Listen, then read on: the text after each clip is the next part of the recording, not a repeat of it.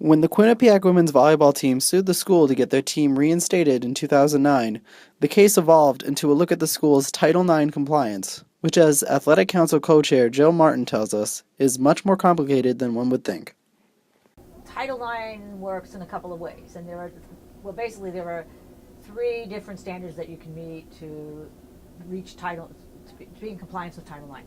Okay, and as long as you're providing opportunities for women on campus, you're meeting it. Okay, because one of the things about Quinnipiac is that we have a higher percentage of women on campus than men.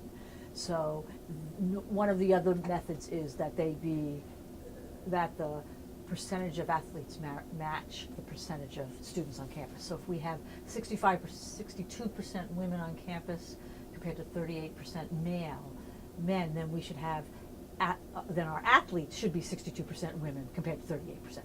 Okay, so that was one way. But if you're meeting some of the other categories, and one of them was that you were offering opportunities to women, then it was okay that you were trying to get there. So we were kind of more, I think, at like a 50-50 level of male-female athletes. We weren't at the 60-40 level, which was another one of the standards. So getting rid of the volleyball team, where we were therefore not offering opportunities for women, okay, meant that we got kicked into we had to meet Title IX in a different way. In fact, the consent agreement between the two sides reflected that need for equality. And the consent agreement said that Quinnipiac University would do certain things to bring, to make sure that the resources spent on things like fields, on locker rooms, on uniforms, on food money, on scholarships, on coaches, were in compliance with Title IX. Were more equal for women and men. There are some people, like Athletic Council co-chair Rich Hanley, who believe that this ruling will actually benefit the university in the long run, despite it being the result of a lawsuit. There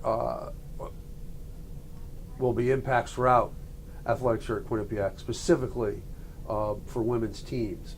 The university, under the settlement, will build an indoor track facility for women's track. Obviously, the men's track team will be able to use it too. That needs to upgrade the rugby field, needs to upgrade field hockey, needs to upgrade soccer, need to upgrade the locker room facilities, and so on and so forth.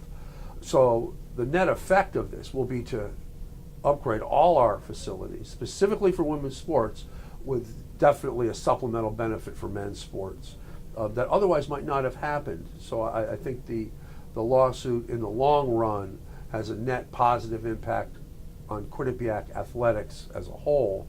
For women's sports, it's a spectacular victory, and it's one that will secure our place in women's athletics for a long time to come.